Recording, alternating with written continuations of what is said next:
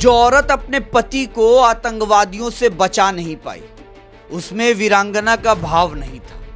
ये लफ्ज किसी नुक्कड़ के पागल आदमी के नहीं है। ये लफ्ज एक राज्यसभा एमपी बीजेपी के सांसद रामचंद्र जांगड़ा के। और अगर वहां पर जो हमारी वीरांगनाएं बहन थी, जिनकी मां का सिंदूर छीन लिया गया है, अगर उन्होंने अहिल्याबाई का इतिहास पढ़ा होता तो उनके सामने उनके पति को कोई निरपराध इस तरह से गोली नहीं मार सकता था, चाहे वो भी शहीद हो जाती। जोश नहीं था, जज्बा नहीं था, दिल नहीं था, इसलिए हाथ जोड़ के गोली का शिकार हो। 26 जवानों की शहादत पर इन साहिब को शर्म नहीं, बल्कि गुस्सा उनकी पत्नियों पर है। उनका कहना है कि उनमें जोश नहीं था, जुनून नहीं था, वीरांगना का भाव नहीं था, इसलिए उनके पति शहीद हो गए। आतंकवादियों ने AK-47 से गोली चलाई और इनको लगता है कि उसे जोश और जुनून से रोक लिया जाता। क्या पागलों जैसी बात करते हो साहब। अगर जोश से ही AK-47 रुकती तो फिर पंजाब के किसानों के पास ना तो AK-47 थी और ना ही बंदूक था। तो क्यों 2022 में डर कर पीएम मोदी को प्लेन में भागना पड़ा था।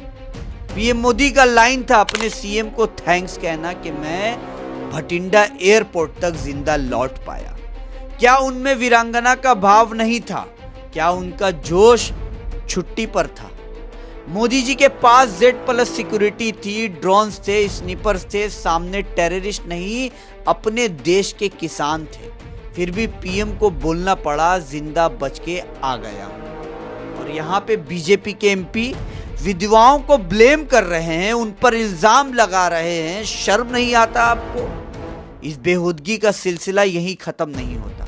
याद है आपको, मध्य प्रदेश के बीजेपी एमएलए कुंवर विजय शाह ने कहा था कर्नल सोफिया कुरैशी जिहादियों की बहन है। एक डेकोरेटेड आर्मी ऑफिसर के खिलाफ ऐसी जुबान।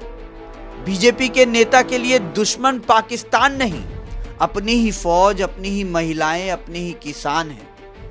जिस दिन पहलगाम में 26 लोग मारे गए थे, उसके अगले दिन पीएम मोदी बिहार में रैली कर रहे थे, जनसभा कर रहे थे, हंसते हुए फोटो खिंचवा रहे थे। ना किसी तरह का शोक था, ना 1 मिनट की खामोशी थी, क्योंकि उनके लिए इलेक्शन सबसे बड़ा है, चुनाव सबसे बड़ा है, उनकी कुर्सी सबसे बड़ी है, देश बड़ा नहीं है। राजस्थान के झालावर में तिरंगा यात्रा के दौरान तिरंगे का अपमान किया गया। मनोहर लाल धाकड़, एक और बीजेपी नेता, उनका वीडियो देखा आपने?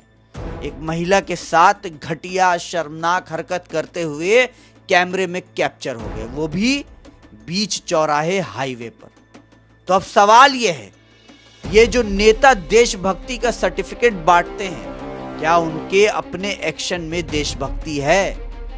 जब विधवाओं से लेकर फौज तक, तिरंगा से लेकर किसान तक सबको गद्दार कह दिया जाए, तो असली गद्दार कौन है?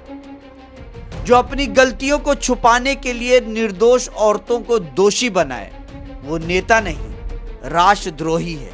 आज बीजेपी के नेताओं का हाल तो ये हो गया है कि जहां लोगों के लिए इंसाफ मांगा जाना चाहिए, वहां ये ब्लेम गेम खेलते हैं। टेररिस्ट अटैक हुआ, इल्जाम विधवाओं पर कि उनमें हिम्मत नहीं थी, वीरांगना की कमी थी।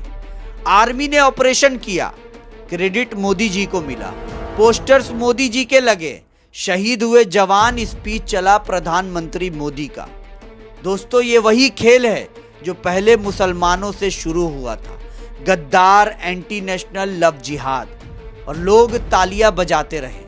अब वही आग सब तक पहुंच रही है। किसान भी गद्दार, जवान की बीवी भी गद्दार, आतंकी हमले में मारे गए मासूम लोगों की बेवाओं में वीरता की कमी, फौज की लेडी ऑफिसर भी जिहादी। कल को तुम्हारे घर का नाम भी ले सकते हैं, इसलिए तैयार रहिए। आज जरूरत है जाग जाने की, सिर्फ वोट करने की नहीं, सवाल उठाने की। जो नेता 26 शहीदों की बीवियों को दोषी बनाए, बेवाओं को दोषी बनाए, जो तिरंगे का अपमान करे, जो रेप अक्यूज्ड को टिकट दे, वो देश के नहीं हो सकते। देशभक्ति के नाम पर झूठ बेचने वाले इन नकली राष्ट्रवादियों को पहचानो, उन्हें उनकी औकात दिखाओ। फिलहाल के लिए बस इतना ही, पर याद रहे ये आखिरी वार्निंग है। कल अगर हम चुप रहें तो बीजेपी के नेता हमारे लिए भी कहेंगे, जोश नहीं था इसलिए मर गया। आवाज उठाओ वरना तुम्हारी आवाज भी चुप करा दी जाएगी। जय हिंद, जय भारत।